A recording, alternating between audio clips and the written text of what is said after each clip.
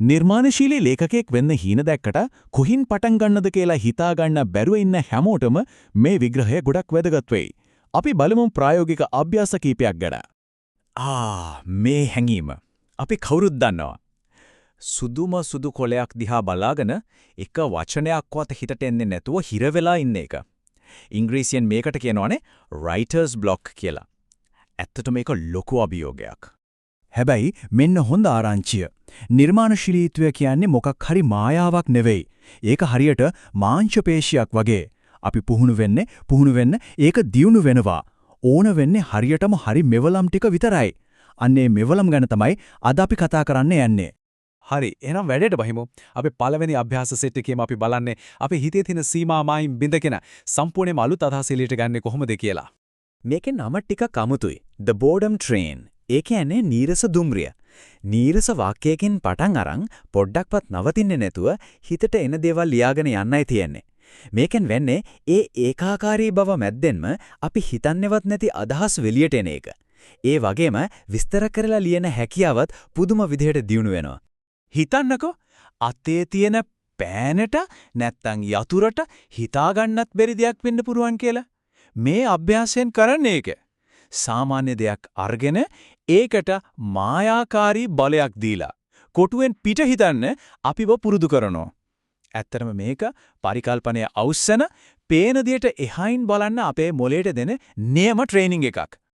ඊළඟට world building. ඒ කියන්නේ අපේම කියලා මනහකල්පිත ලෝකයක් හදන එක. මේකෙදි වැදගත්ම දේ තමයි සංවේදී විස්තර. ඒ ලෝකයේ අහස මොන පාටද?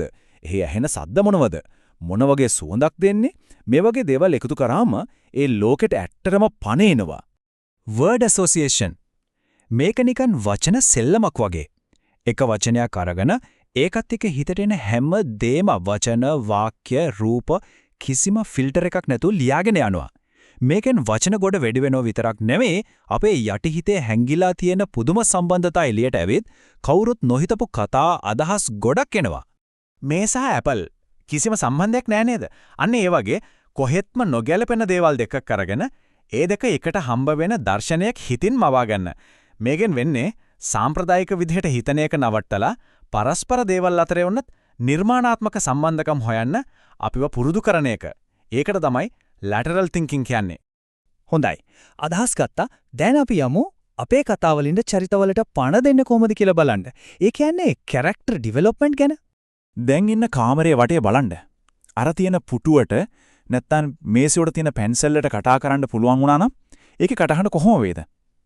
ඒකටම ආවේනික පෞරුෂයක් දීලා ඒක මොනවද කියන්නේ කියලා ලියන්න. පණ නැති වස්තුවකට උනත් හඬක් දෙනකොට චරිත හදන හැකියාව නිකම්ම උඩට එනවා. හිතන්න ඔයා ජනප්‍රිය ටොක් ෂෝ එකක සත්කාරකයා. අද ආරාධිත අමුත්තා කැමැතිම පොතක හරි චිත්‍රපටයක හරි ඉන්න චරිතයක්. දැන් අහන ප්‍රශ්න වලින් තමයි ඒ චරිතයේ අතීත කතාව, ඒ කියන්නේ සිංහලෙන් බෑක් ස්ටෝරි එක, එයාලගේ හිතේ තියෙන දේවල් එළියට ගන්න ඕන. මේ වගේ රෝල් ප්ලේයිං එකකින් චරිතයක් ගැන පුදුම තරම් ගැඹුරට යන්න පුළුවන්. දෙබස් ලියන එක සමහරුන්ට අමාරුයි. මෙන්න ලේසි ක්‍රමයක්. චරිත දෙකක් අරගෙන හරිම සරල දෙයක් ගැන වාද කරන්න සලස්වන්න. උදාහරණයක් විදිහට හොඳම පාට නිල්ද රතුද කියලා. මේ වගේ පොඩි උණුසුම් වාදයක් කරා වුණත් දෙබස් ලියන ස්කිල් එකයි චරිත අතරේ තියෙන ඩයිනමික් එකයි ලස්සනට දියුණු කරගන්න පුළුවන්. හිතන්න බැංකු මංකොල්ලයක් ගැන. ඒ සිද්ධිය මුදල් ලෑකැමියට පේන විදිහයි, එළිය වාහනේන රීදුරාට පේන විදිහයි, රහස් පරීක්ෂකයා දකින විදිහයි සම්පූර්ණයෙන්ම වෙනස්. ඉතින් එකම සිදුවීම විවිධ චරිතවල ඇස් වලින් ලියලා බලන්න. මේකෙන් කතාවට නම්‍යශීලී බවක් එනවා වගේම හැම චරිතයක් ගැනම සංවේදී වෙන්නත් අපි ඉගෙන ගන්නවා. හරි. අපි අදහස් ගත්තා, චරිත හැදුවා. දැන් අපි යමු අවසන් කොටසට. මේකෙන් අපි අවධානය යොමු කරන්නේ ලේඛනයේ තාක්ෂණික පැත්ත. ඒ කියන්නේ ශෛලිය, වචන සහ විනය වගේ දේවල් ඔපමට්ටම් කරගන්නේ කොහොමද කියලා. මේක නිකන් ගේම් එකක් වගේ. ඉංග්‍රීසි හෝඩියේ A ඉඳන් Z වලට අකුරකට ඒක ගානේ වචන 26ක් හොයාගන්න.